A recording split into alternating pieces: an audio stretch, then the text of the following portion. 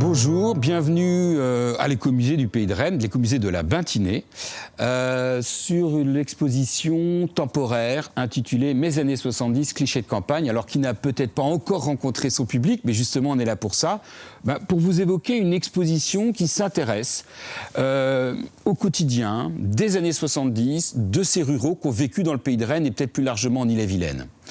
Alors l'exposition, elle est faite de témoignages oraux, vidéos, et puis suit le parcours d'un jeune, d'où on vient, donc les origines familiales, paroissiales, comment on se construit. Ça va passer par la formation, l'émancipation, les loisirs, danser, s'amuser, chanter, et puis où on va, c'est-à-dire habiter, se marier, construire une famille, et puis la question professionnelle, l'agriculture, mais pas que.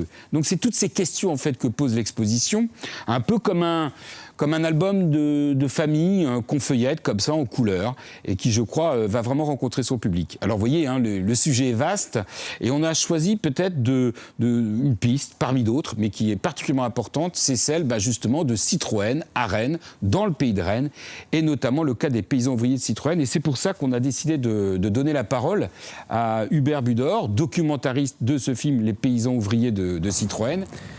Quand j'étais gamin, quand avec mes parents on retournait dans la famille, les deux familles, le sujet de Citroën il était permanent. Des conditions de travail, par exemple, j'en ai beaucoup entendu parler et c'est quelque chose qui m'avait beaucoup marqué, quoi. Ce qui fait que dans ma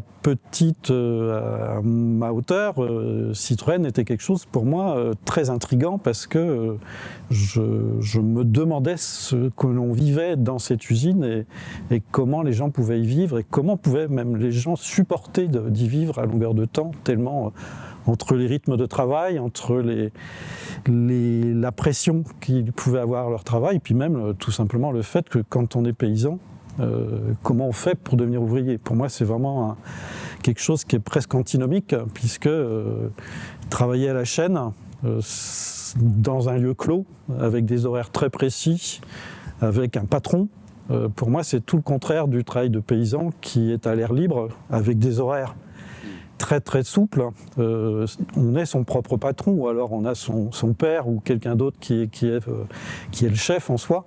Et donc pour moi c'était une vraie question aussi. Parce que pour moi quand on est paysan, on reste toute sa vie paysan. Voilà. Il y a une culture, il y a plein de choses qui fait qu'on ne peut pas, même si on va à la ville, on ne peut pas se détacher de cette culture-là. C'est une évidence. Donc comment on fait pour accepter ces conditions de travail. Donc ça, pour moi, ça a été un véritable enjeu, et c'était d'autant plus un enjeu que j'ai connu beaucoup de personnes qui avaient fréquenté, quoi. Voilà. Le sujet de Citroën m'a beaucoup intéressé parce que je me suis rendu compte qu'il y avait très peu de documentaires sur cette usine depuis qu'elle était implantée. Et donc, je me suis dit que j'étais une des bonnes personnes pour pouvoir aborder ce sujet-là. Et très vite, ça m'a semblé une évidence que ce serait le point de vue des ouvriers, de ceux qui l'ont vécu, que j'irais chercher.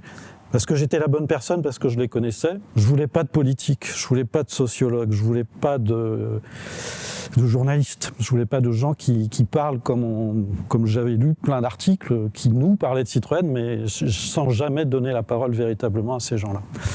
Je voulais d'abord ceux qui avaient connu le début de Citroën, les années 60. Voir comment, sur cette rupture entre la campagne et l'usine, comment ils en parlaient, comment ils avaient chacun vécu la chose. Avec l'idée que j'ai une palette de parcours. C'est-à-dire que celui qui a réussi, celui qui n'a pas réussi, celui qui a gardé sa ferme, celui qui n'a pas gardé sa ferme, ceux qui avaient un peu subi le travail, ceux qui étaient passés un peu à côté, mais qui est cette palette de parcours et qui montre bien qu'il n'y a pas un parcours, que tout ça c'est très humain, très singulier, et que chacun dans l'évocation de ce parcours, on voit la richesse humaine, et puis on voit que chacun y a trouvé un peu son compte, avec toutes les frustrations qu'il peut y avoir pour certains, quoi. Voilà.